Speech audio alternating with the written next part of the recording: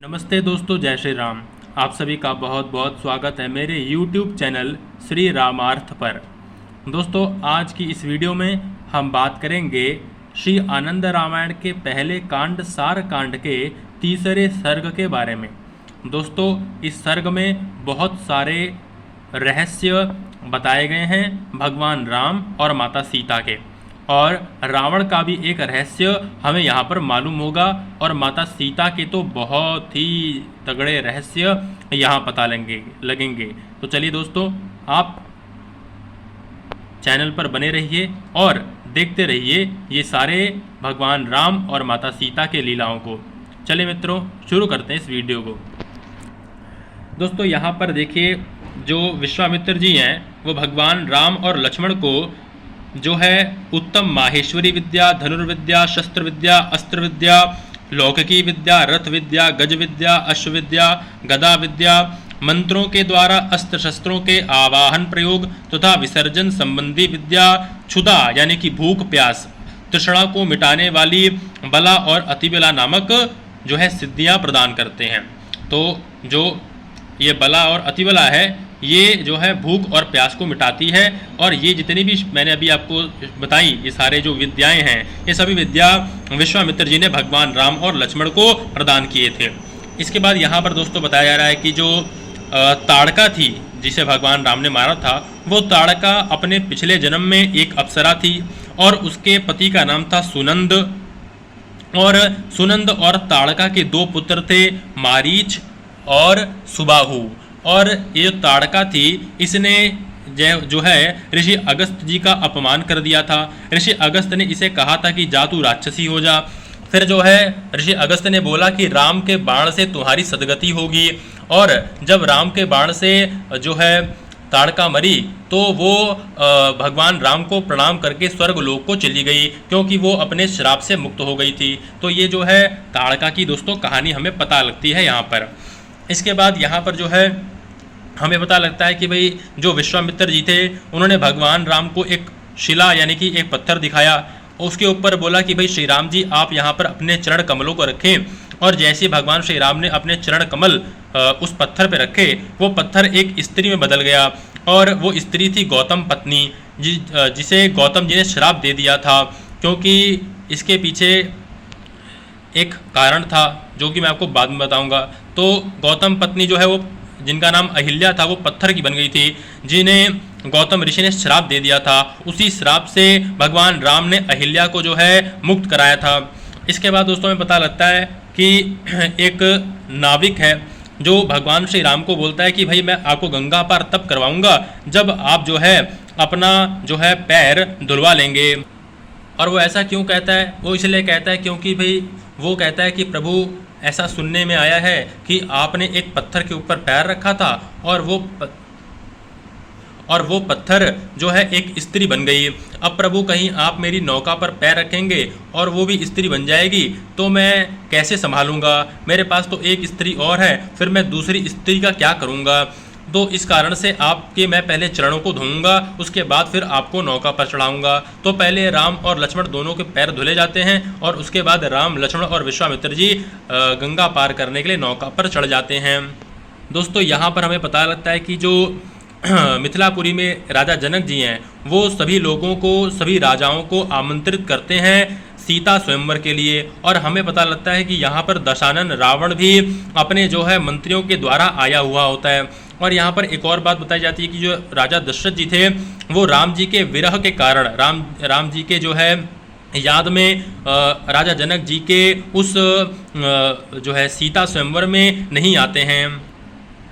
दोस्तों, यहाँ से हमें पता लगता है कि जो विश्वामित्र जी हैं, उन्होंने, उनके शिष्य ने, जो विश्वामित्र जी हैं, उनका एक शिष्य राजा जनक जी के पास जाता है और उनको पहले ही बता देता है कि जो है विश्वामित्र जी के साथ जो है दशरथ जी के पुत्र राम और लक्ष्मण आए हैं। राम जी ही आपके धनुष को तोड़ेंगे और सीता जी से ब्याह करेंगे।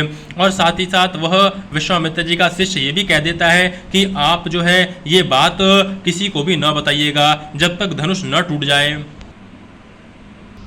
दोस्तों, जो राजा जनक होते हैं वो इतने प्रसन्न हो जाते हैं इस बात को सुनकर कि वो जो है बड़े बड़े मंडप सजवा देते हैं, बड़े बड़े यज्ञों का जो है आवाहन कर लेते हैं, बड़े बड़े जो है हवन करने लगते हैं, जिससे जो बाकी राजा स्वयंवर में आए हुए होते हैं उन्हें पता लग जाता है कि राजा जनक जी पहले से ही राजा दशरथ जी के पुत्र राम को अपना दुल्हा मान चुके हैं, जिससे वो थोड़े से क्रोधित हो जाते हैं। दोस्तों ये बात आपको जानना बड़ा जरूरी है। यहाँ पर लिखा है धनुष के बारे में, जिस धनुष को भगवान शंकर जी ने जो है त्रिपुरासुर को मारा था, वही धनुष जो है भगवान शंकर जो है राजा जनक जी के यहाँ पर जो है रखवाते हैं और उसी धनुष को भगवान राम तोड़ते हैं। थोड़ा यहाँ पर लिखे हुए जान लेते हैं। उस धनुष के विषय में बताते हुए भगवान शिव ने पार्वती से कहा, हे देवी, जब परशुधारी परशुराम ने मुझसे धनुर्विद्या सीखी थी, उस समय मैंने त्रिपुरासुर को दग्ध कर डालने वाले उस धनुष को उन्हें प्रदान किया था। उन्होंने उस धनुष के द्वारा 21 बार पृथ्वी को क्षत्रियों से रहित बना दिया। साथ ही उन्होंने उसी धनुष के बल पर अपने पिता का वध करने वाले सहस्त्रबाहु का भी वध कर डाला था। तदंतर परशुराम उस धनुष को मिथिला नरेश जनक जी के आंगन में रखकर लौट आए। अब दोस्तों यहाँ पर आपको जानना बड़ा जरूरी है कि जो माता सीता जी थी वो उसी धनुष को लकड़ी का घोड़ा बनाकर उससे खेला करती थी, और जो सीता के उस प्रकार के कौतुक को देखकर जमदग्नि पुत्र जो परशुराम जी थे उन्होंने सीता को लक्ष्मी के अवतार के रूप में जान लिया था। इसलिए अन्य सभी के लिए दुर्लभ उस धनुष को उन्होंने धनुर्यज्ञ की प्रतिज्ञा के लिए राजा जनक को दे दिया। तद अनुसार राजा जनक ने उस धनुष को सीता स्वयंवर की प्रतिज्ञा के रूप में नियत किया। तो यही कारण था कि आखिर राजा जनक ने जो है सीता जी के स्वयंवर में धनुष उठाने की जो है ये बात रखी थी, क्योंकि माता सीता उस धनुष को उठा लेती थी और उनका पति भी वही हो सकता था जो उस धनुष को उठा सके। और यहाँ पर उस भगवान शंकर के धनुष की महिमा को बताते हुए लिखा है कि परशुराम जी द्वारा सीता स्वयंवर के लिए रखे हुए उस धनुष को 500 बैलों पर खिंचवाकर लाया गया था। दोस्तों उस धनुष का नाम कोदंड था, जिसे भगवान राम ने तोड़ा था। दोस्तों यहाँ पर जो राजा जनक जी होते हैं वो जो है सभी राजाओं को बताते हैं कि भी जो भी धनुष को तोड़ेगा वो जो है मेरी पुत्री सीता का जो है उसी से विवाह होगा। दोस्तों बहुत सारे राजा आते हैं, बहुत प्रयास करते हैं, लेकिन कोई भी जो है धनुष को नहीं उठा पाता है। फिर जो है रावण आता है और रावण आकर के अपनी शेखियाँ बगाड़ता है कि भाई मैंने तो कैलाश पर्वत को उठा दिया था और भाई ये धनुष मेरे लिए क्या चीज़ है। दोस्तों फिर क्या होता है, फिर जो है जो रावण होता है वो बोलता है कि मैं अपने बाएं हाथ से ही इस धनुष को हिला डालूंगा। वो अपने बाएं हाथ से उठाने की कोशिश करता है, लेकिन वो धनुष को थोड़ा सा भी हिला नहीं पाता है। फिर वो अपने बाएं हाथ से भी उस दाएं हाथ से भी उस जो है धनुष को उठाने की कोशिश करता है, यानी कि दोनों हाथों से, तो भी नहीं उठता है। फिर वो जो रावण होता है वो अपने जो है 10 सर और 20 भुजाओं वाला बन जाता है, क्योंकि उसके 10 सिर और 20 भुजाएं थी। फिर वो क्या करता है कि वो अपने दोनों हाथों से धनुष को उठाता है। उसके बाद फिर वो क्या करता है, फिर वो तीन हाथ लगाता है धनुष को उठाने के लिए, फिर 4 हाथ, फिर 5 हाथ, फिर 6, फिर 7, फिर 10। फिर ऐसे करके जो है रावण क्या करता है, अपने 20 हाथों को लगाकर धनुष को ऊपर उठाना चाहता है, लेकिन धनुष का एक छोर थोड़ा ऊंचा हुआ। तब रावण ने अपनी 19 भुजाओं से उस महान धनुष को पकड़कर अपनी 20वीं भुजा से यानी कि हाथ से जमीन पर पड़ी हुई डोरी को उठाना चाहा, और जब वह थोड़ा झुककर उस डोरी को उठाने लगा, त्यों ही वह धनुष उलटकर उसके छाती पर गिर पड़ा। वक्षस्थल होता है छाती पर गिर पड़ा। फिर रावण के ऊपर सभी राजा लोग हंस पड़े और सभी हंसने लगे और रावण की बड़ी भयंकर दुर्दशा होने लगी दोस्तों यहाँ पर।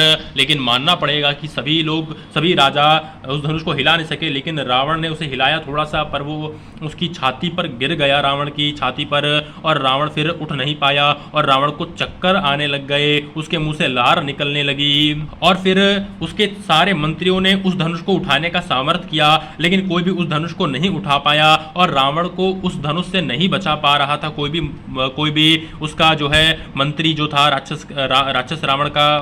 तब यहाँ पर जो ऋषि विश्वामित्र होते हैं वो भगवान राम से कहते हैं, हे राघव उठ खड़े हो जाओ, क्या तुम इस सभा मंडप में रावण का वध देखना चाहते हो? इस राक्षस राज रावण को जीवन दान दो, इस धनुष पर प्रत्यंचा चढ़ाओ। मुनि विश्वामित्र जी के वचन को सुनकर भगवान राम कहते हैं, ऐसा ही होगा।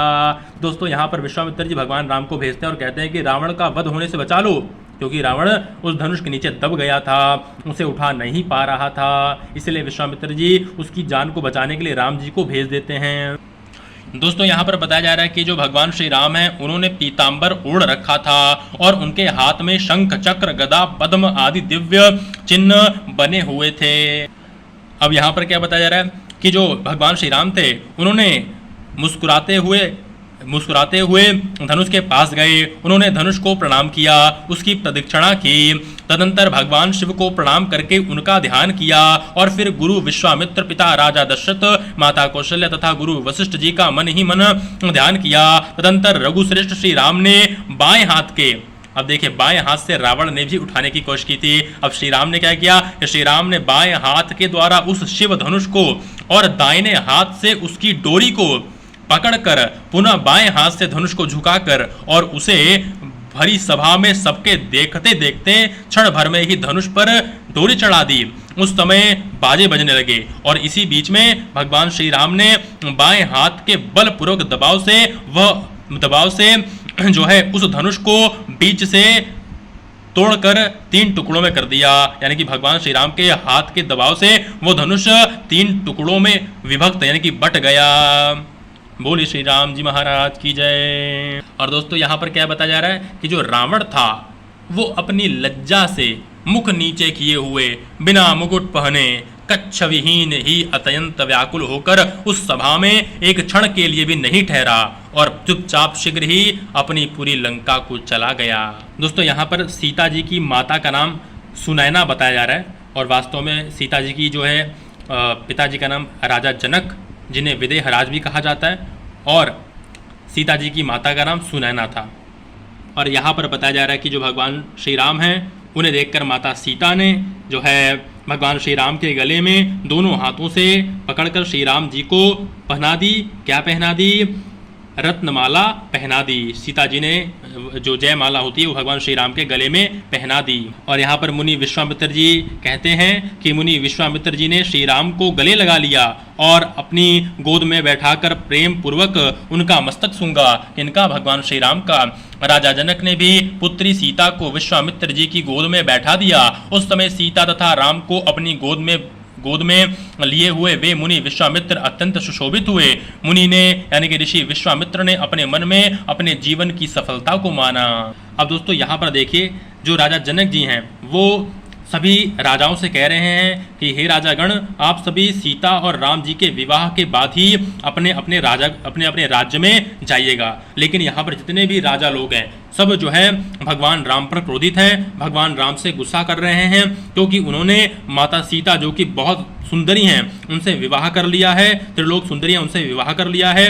और इसी जो है ईर्षा में वो सोच रहे हैं कि हम जो है अभी तो चुपचाप रहेंगे, बाद में श्री राम जी से युद्ध करेंगे और उन्हें पराजित कर देंगे। ऐसा वो सभी राजा लोग जो है विचार कर रहे थे। आप चाहे तो इसे पॉज करके पढ़ भी सकते हैं। दोस्तों यहाँ पर भी कुछ छोटी सी बातें जिन्हें आपको जानना बड़ा जरूरी है।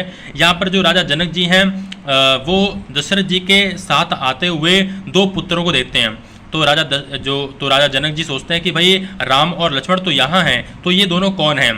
तो राजा जो जनक जी हैं वो विश्वामित्र जी से पूछते हैं कि प्रभु ये दोनों बालक कौन हैं? तो विश्वामित्र जी बताते हैं कि ये दोनों जो बालक हैं वो राम जी के अंश से उत्पन्न भरत हैं और लक्ष्मण जी से उत्पन्न जो है शत्रुघ्न हैं। यहाँ पर देखिए आप देख सकते हैं श्री राम के अंश से अवतरित ये भरत हैं और लक्ष्मण जी के अंश से अवतरित ये शत्रुघ्न हैं। ये दोनों कैकेयी के पुत्र हैं। तो दोस्तों जब ये बात राजा जनक जी सुनते हैं तो वो कहते हैं कि जो मेरी पुत्री सीता है वो भगवान राम के लिए है और उर्मिला लक्ष्मण के लिए है, और जो मेरा जो भाई है कुशध्वज, और राजा जनक जी के एक भाई है जिनका नाम कुशध्वज है, उनकी जो 2 सुंदर कन्याएं हैं श्रुति कीर्ति और मांडवी, उन दोनों का जो है विवाह होगा वो भरत जी के साथ होगा और शत्रुघ्न जी के साथ होगा। यहाँ पे लिखा है कि मैं भरत के लिए मांडवी और शत्रुघ्न के लिए श्रुति कीर्ति को बड़े ही आदर भाव से देता हूँ। दोस्तों, अब जिस चीज़ का आप लोगों को बड़ा बेसब्री से इंतजार था वो मैं आपको बताता हूँ। यहाँ पर जो राजा दशरथ जी हैं वो राजा जनक जी के पुरोहित शतानंद जी से जो है पूछ रहे हैं कि माता सीता धरती से कैसे उत्पन्न हुई, यह सब वृतांत आप बताने की कृपा करें। यानी कि जो राजा दशरथ जी हैं वो राजा जनक जी के पुरोहित शतानंद जी से कह रहे हैं कि माता सीता धरती से कैसे प्रकट हुई, आप हमें ये बताएं। दोस्तों, इससे पहले मैं आपको एक और चीज़ बता देता हूँ आपके ज्ञान के लिए। जो शतानंद जी हैं ये जो है गौतम और अहिल्या के पुत्र हैं, ठीक है। अब आगे चलते हैं। जो ऋषि शतानंद जी हैं वो कहते हैं कि माता सीता का जो है जन्म वो कैसे हुआ था उसके बारे में वो बताते हैं कि दोस्तों, इस कहानी को आप बहुत ध्यान से सुनिएगा कि आखिर माता सीता का जन्म कैसे हुआ। दोस्तों, यहाँ पर शतानंद जी कहते हैं कि प्राचीन समय की बात है, एक पद्माक्ष नाम के राजा थे। पद्माक्ष नाम के राजा ने माता लक्ष्मी को पुत्री के रूप में प्राप्त करने की इच्छा की। तब उन्होंने माता लक्ष्मी को प्रसन्न किया और माता लक्ष्मी से बोला कि माता आप मेरी पुत्री बने, आप मेरी जो है पुत्री बने। तो माता लक्ष्मी कहती है कि हे राजन, मैं भगवान विष्णु के अधीन हूँ, अतः आप उनसे प्रार्थना करें, यदि मुझे आपको सौंपेंगे तो मैं आपकी पुत्री बनूंगी, इसमें तनिक भी संदेह नहीं है। तो जो राजा पद्माक्ष होते हैं वो भगवान विष्णु को प्रसन्न करते हैं और भगवान विष्णु आते हैं और भगवान विष्णु को जो है वो वर देने के लिए उद्यत बना देते हैं। तब जो है राजा पद्माक्ष कहते हैं कि मुझे आप लक्ष्मी को कन्या रूप में प्रदान करें। और राजा का इस प्रकार का वचन सुनकर भगवान विष्णु ने एक उत्तम मातुलुंग यानी बिजौरा, जिसे नींबू कहा जाता है, का फल उन्हें दिया और वे अंतर ध्यान हो गए। राजा ने उस बिजौरे का फल तोड़ा तो उसमें उन्होंने स्वर्णिम आभा वाली एक कन्या को देखा। उसे देखकर बड़ी ही अभिलाषा पूर्वक राजा पद्माक्ष ने उसे अपनी शुभ कन्या के रूप में माना। पद्माक्ष की पुत्री होने के कारण लोग उसे पद्मा इस नाम से कहने लगे। यानी कि राजा पद्माक्ष जी के यहाँ पर भगवान विष्णु ने जो है एक कन्या को जो है बिजौरे के फल के अंदर दिया और उस कन्या का नाम रखा पद्मा, क्योंकि उसके पिता का नाम पद्माक्ष था। और वही माता लक्ष्मी के रूप में राजा पद्माक्ष के यहाँ पर भगवान विष्णु की कृपा से आई थी। अब दोस्तों, इसके बाद की कहानी क्या है वो जानते हैं। अब होता क्या है कि धीरे धीरे वो जो कन्या पद्मा होती है, जो माता लक्ष्मी के रूप में होती है, वो बड़ी होने लगती है और जो राजा पद्माक्ष होते हैं वो सोचते हैं कि इसका विवाह किससे होगा। इसके बारे में जो है राजा पद्माक्ष विचार करने लगते हैं।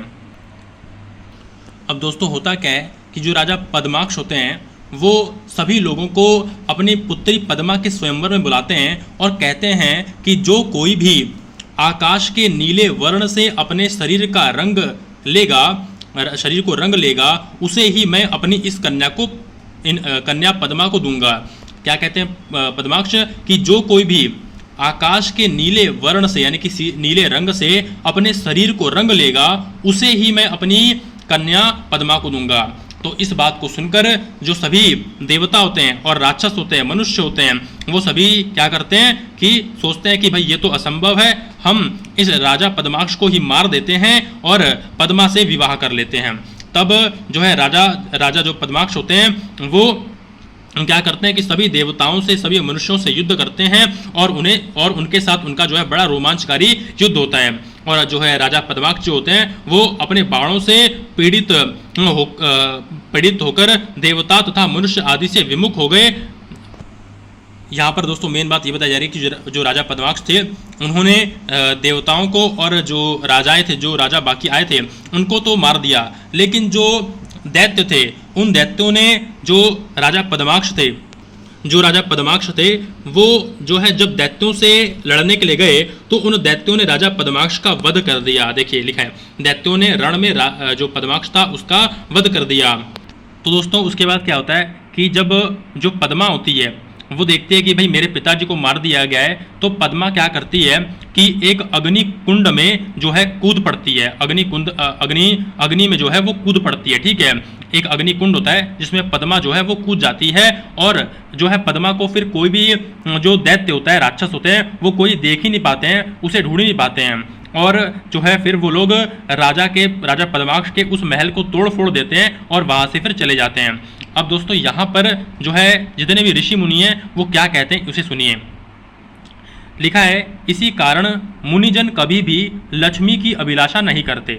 लक्ष्मी के कारण चित्त की चंचलता बढ़ती है, भय और शोक होता है, व्यक्ति मारा भी जाता है। लक्ष्मी के कारण महान दुख उपस्थित होता है, अतः ऐसी लक्ष्मी का परित्याग कर देना ही चाहिए।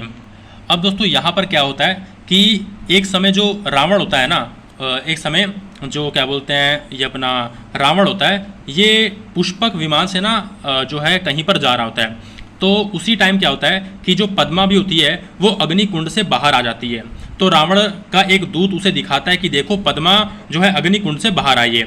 तो रावण उसके पास जाता है और कहता है कि हे पद्माक्ष की पुत्री कन्या, जो है मैं अब तुमसे विवाह करके रहूँगा और तुम अब बचोगी नहीं। तो जो पद्मा होती है वो वापस अग्निकुंड में जो है कूद जाती है और जो है रावण को भी पता लग जाता है कि ये किसी अग्निकुंड में जो है कूद गई है वापस मुझे देख करके।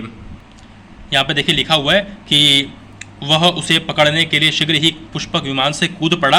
यह देखकर पद्मा पुनः अग्नि में प्रविष्ट हो गई। अब दोस्तों क्या हुआ कि रावण ने क्या किया कि कुछ जल भरे हुए घड़ों से उस अग्निकुंड को बुझा दिया। और जब उसने उस अग्निकुंड को बुझा दिया तो उसने देखा कि उस अग्निकुंड में 5 दिव्य रत्न पड़े हुए हैं।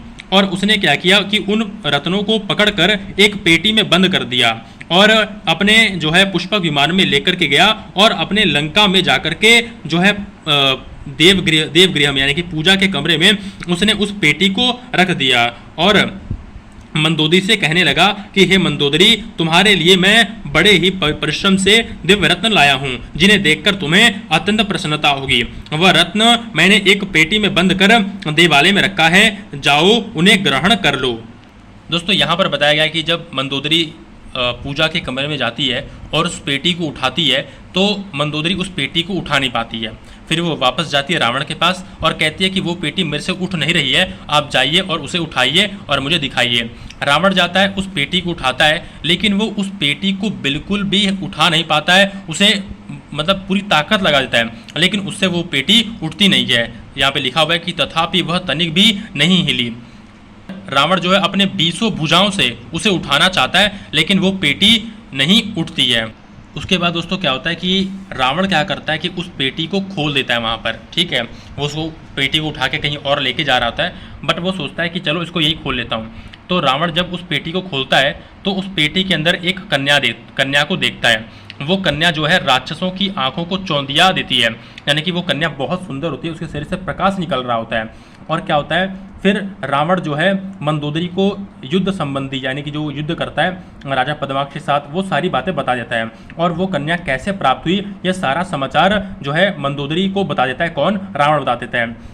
और रावण ये भी बताता है कि राजा पद्माक्ष के विषय में जो है संपूर्ण वृत्तांत, जो राजा पद्माक्ष से उसका युद्ध हुआ था और जो उसने स्वयंवर रचाया था, उसने जो शर्त रखी थी, वो सारी बात मंदोदरी को बता देता है।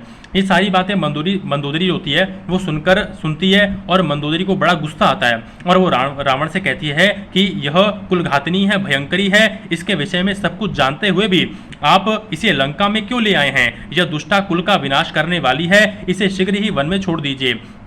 और ऐसा कहती है कि जब ये बचपन में ही इतनी भयंकर है कि इसके कारण इतने सारे युद्ध हो गए तो जवानी में क्या होगा। और ये मंदोदरी कहती है कि मुझे ऐसा जान पड़ता है कि ये जो है आपकी मृत्यु का कारण बनेगी। मंदोदरी कहती है कि जो पद्मा है ये आपकी मृत्यु का कारण बनेगी, इसे लंका में एक क्षण के लिए भी नहीं रखना चाहिए। तब मंदोदरी जो है वो रावण से कहती है कि आप इसे सत्य ही समझिए कि आपका मृत्यु का कारण बनेगी और इसे जो है आप यहाँ से कहीं दूर ले जाकर छोड़ दीजिए। तब जो है रावण अपने सैनिकों को बुलाता है और कहता है कि इसे पेटी में बंद करके तुम यत्न पूर्वक पुष्प विमान में ले जाओ और कहीं दूर जाकर के इसको छोड़ दो। तदंतर उन सभी राक्षसों ने मिलकर उस पेटिका को जो है पुष्पक विमान में रखा और उसे लेकर वो आकाश मार्ग से चल पड़े। रावण की पत्नी मंदोदरी ने उनसे उस समय यह कहा कि रावण की पत्नी मंदोदरी उन राक्षसों से बोलती है कि देखने मात्र से वध करने वाली इस कन्या को तुम जो है किसी भूमि के अंदर गाड़ देना, बाहर न दिखाई दे। यानी कि मंदोदरी कहती है कि भाई तुम लोग जो है इस कन्या को, इस पद्मा को जो है तुम क्या करना कि किसी जमीन के अंदर गाड़ देना, क्योंकि उस पद्मा ने उस समय अपने जो स्वरूप को है वो एक शिशु के रूप का बना दिया था। और दोस्तों यहाँ पर जो मंदोदरी होती है रावण की वाइफ, वो एक भविष्यवाणी भी करती है। वो कहती है कि जो गृहस्थाश्रमी होने पर भी जितेंद्रिय हो, उसी के घर में यह शुभानना वृद्धि को प्राप्त होगी। संपूर्ण चराचर जगत को जो आत्मस्वरूप समझेगा, उस पुरुष के घर में यह चिरकाल तक रहेगी, इसमें कोई संशय नहीं है।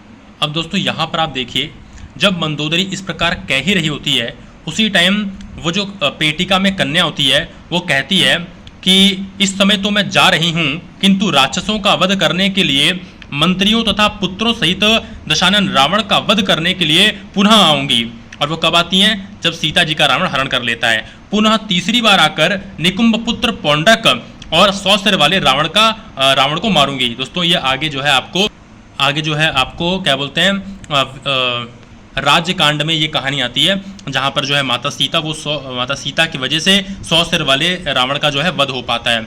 और माता कहते हैं कि पुनः चौथी बार आकर कुंभकर्ण के पुत्र सूरवीर मुल्कासुर को मैं मार डालूंगी। दोस्तों सच में जो है माता सीता वो मुल्कासुर का वध कर देती हैं, क्योंकि भगवान राम भी मुल्कासुर को नहीं मार पाते हैं, क्योंकि ब्रह्मा जी ने ये तय करके रखा होता है कि मुल्कासुर का जो है वध माता सीता करेंगी।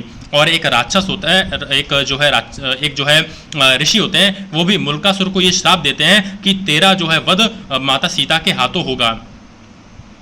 फिर वो कहते हैं कि उस कन्या का इस प्रकार का वचन सुनकर रावण जो है वो बहुत क्रोध हो जाता है, और फिर वो क्या करता है कि अपने जो है खड़ग को लेता है, और एक खड़ग लेता है और उस कन्या जो पद्मा होती है उसे मारने के लिए दौड़ पड़ता है। तो वहाँ पर मंदोदरी आती है और वो कहती है कि जो मृत्यु आपकी जो है बाद में होने वाली है, उसे आप क्यों चाहते हैं कि वो मृत्यु आपको अभी मिल जाए, इसलिए आप जो है इसे छोड़ दीजिए और इसे जाने दीजिए।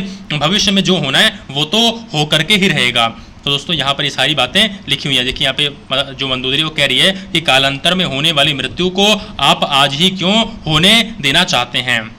दोस्तों फिर वो दूत क्या करते हैं, पुष्पक विमान से उस पेटिका को बड़ी जल्दी मिथिला के जो है जंगलों में एक जमीन पर उस पेटिका को जो है, जिसमें पद्मा नाम की जो कन्या होती है, जो लक्ष्मी जी होती हैं, उनको वहाँ पर गाड़ देते हैं। उसके बाद क्या होता है कि रावण के दूत वहाँ से वापस लंका की ओर चल पड़ते हैं और जो है वो मिथिला नगरी में उस पेटी को जो है जमीन में गाड़ देते हैं। और ये सारा वृतांत जो है शतानंद जी, राजा दशरथ जी कहते हैं कि उस कन्या पद्मा को मिथिला नगर में जमीन के अंदर उस पद्मा नाम की कन्या को पेटी के अंदर रावण के दूतों ने गाड़ दिया था।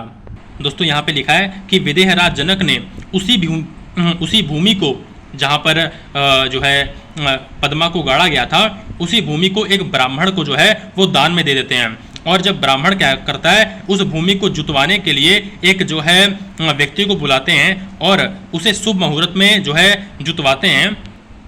तो कहते हैं कि भाई जब वो व्यक्ति जो होता है, जो खेत को जोत रहा होता है, वो जब हल चलाता है तो हल का जो अग्रभाग होता है, जिसे फाल या सीत कहा जाता है, उसके जमीन में घुसने पर एक जो है पेटी बाहर आ पड़ती है, जिसे जो व्यक्ति होता है वो समझता है कि भाई ये कोई खजाना है और इसके अंदर कोई खजाना पड़ा होगा। और वो ब्राह्मण के पास जाता है और कहता है कि हे ब्राह्मण, हे द्विज, आपने जिस मुहूर्त में मुझसे खेत जुतवाया था वह बड़ा ही शुभ मुहूर्त था। आप महान भाग्यशाली हैं। हल के फाल से निकली हुई इस पेटी को आप ग्रहण करें। इसमें रखे हुए धन से अत्यंत भारी इस पेटी को मैं बड़े ही प्रयत्न से उठाकर लाया हूँ। तब जो वो ब्राह्मण होते हैं वो उस पेटी को ग्रहण नहीं करते हैं और वो कहते हैं कि ये पेटिका राजा जनक की है, क्योंकि राजा जनक जी ने ही इस जमीन को मुझे दान में दिया है। तो वो जो ब्राह्मण होते हैं वो राजा जनक जी के पास उस पेटिका को लेके जाते हैं और वो कहते हैं कि हे राजा जनक, ये जो पेटिका है ये जो है आपने मुझे दी है।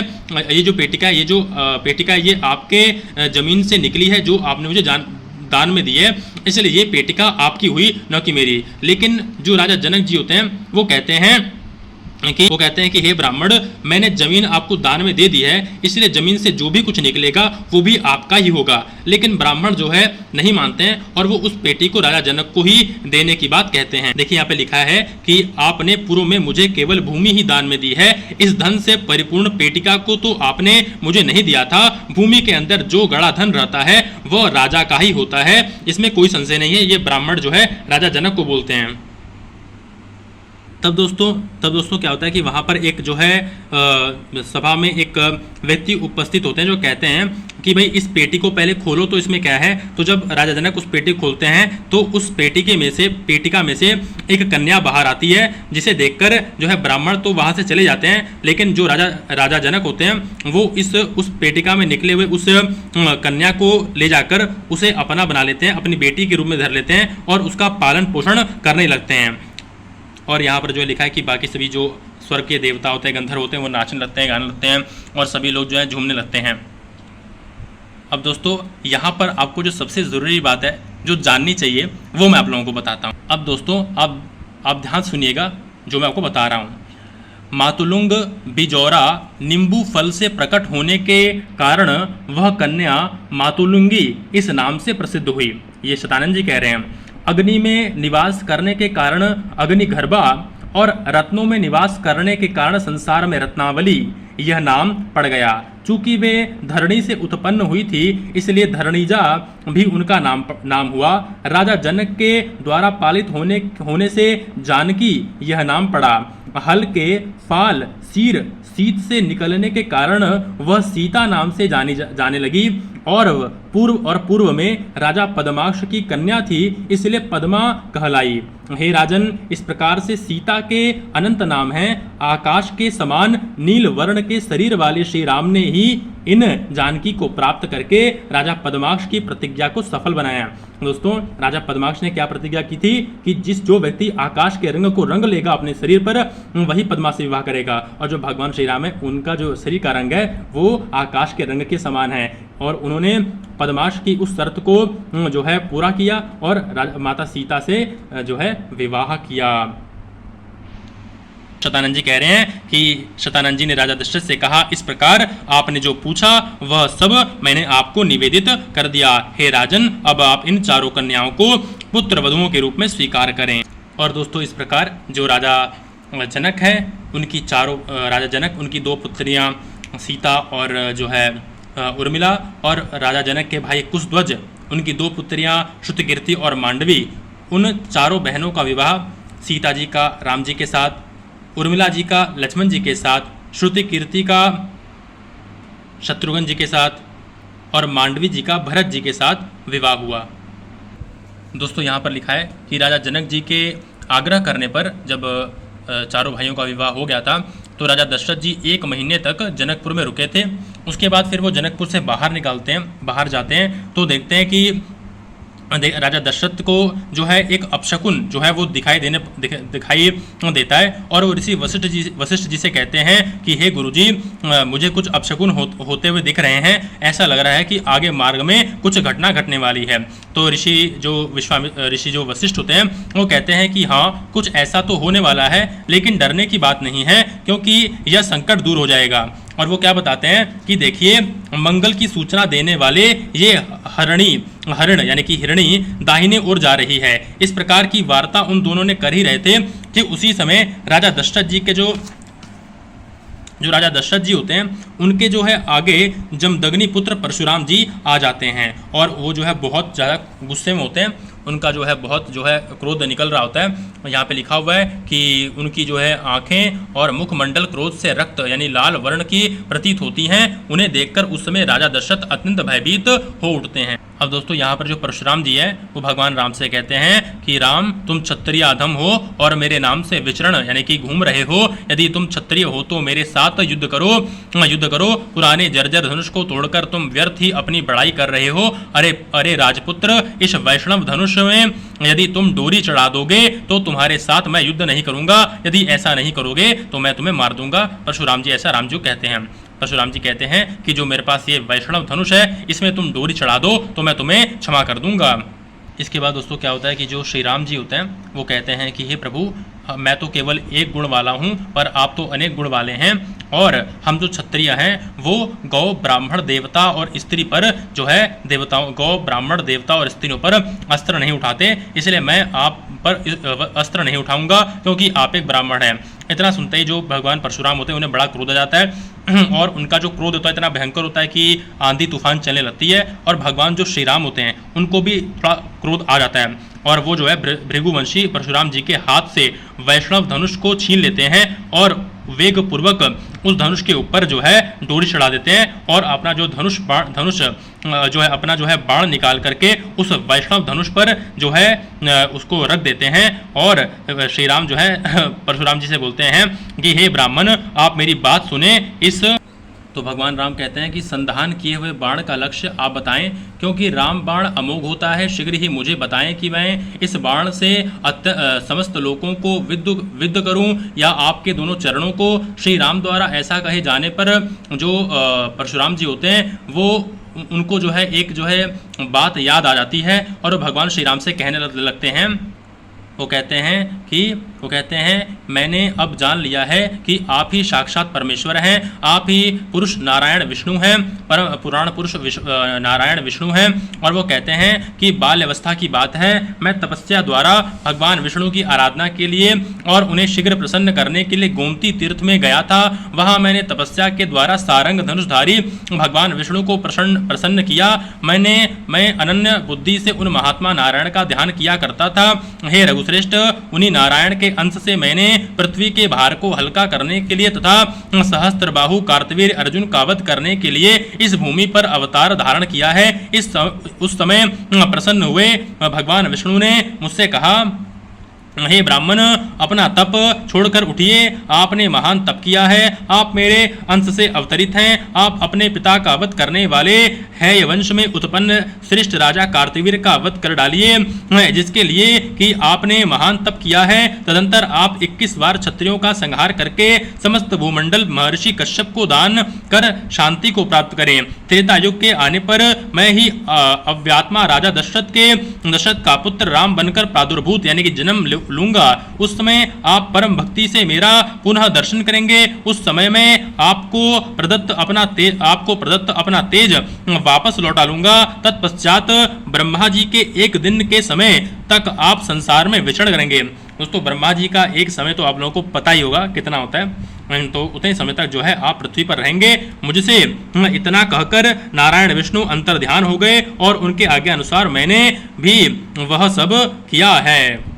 ऐसा जो है भगवान जो परशुराम जी हैं वो भगवान श्री राम से बोलते हैं। ठीक है, यहाँ पर जो है परशुराम जी कहते हैं कि मैंने जो जो पुण्य कर्म किए हैं वह सब आपके बाणों को समर्पित है। तब श्री राम जो हैं वो बाण छोड़कर उनके कर्म रूपी सब बंधनों को भस्म कर डालते हैं, और जो दयालु श्री राम होते हैं वो प्रसन्न होकर परशुराम जी से कहते हैं कि आप मुझसे वर मांगिए। तब प्रसन्न होकर जो भार्गव परशुराम जी होते हैं, प्रसन्न मन वाले जो भार्गव श्री परशुराम जी होते हैं वो श्री राम से कहते हैं कि हे राम, हे मधुसूदन, यदि आपका मुझ पर अनुग्रह है तो आप मुझे अपने भक्तों की सनिधि प्राप्त कराएं और आपके चरणों में मेरी भक्ति सदा बनी रहे।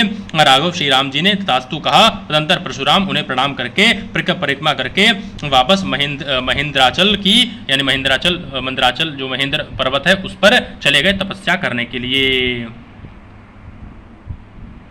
दोस्तों, यहाँ पर एक और बात जो जानने वाली उसे ध्यान सुनिएगा कि जिस महान अभिमानी रावण ने देवताओं को जीत लिया था, उस रावण को 1000 हाथ वाले कार्तवीर अर्जुन ने बांध लिया था।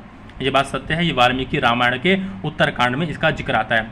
और उस सहस्त्रबाहु को भृगुवंशी परशुराम जी ने युद्ध में क्षण भर में मार डाला था। ठीक है ना।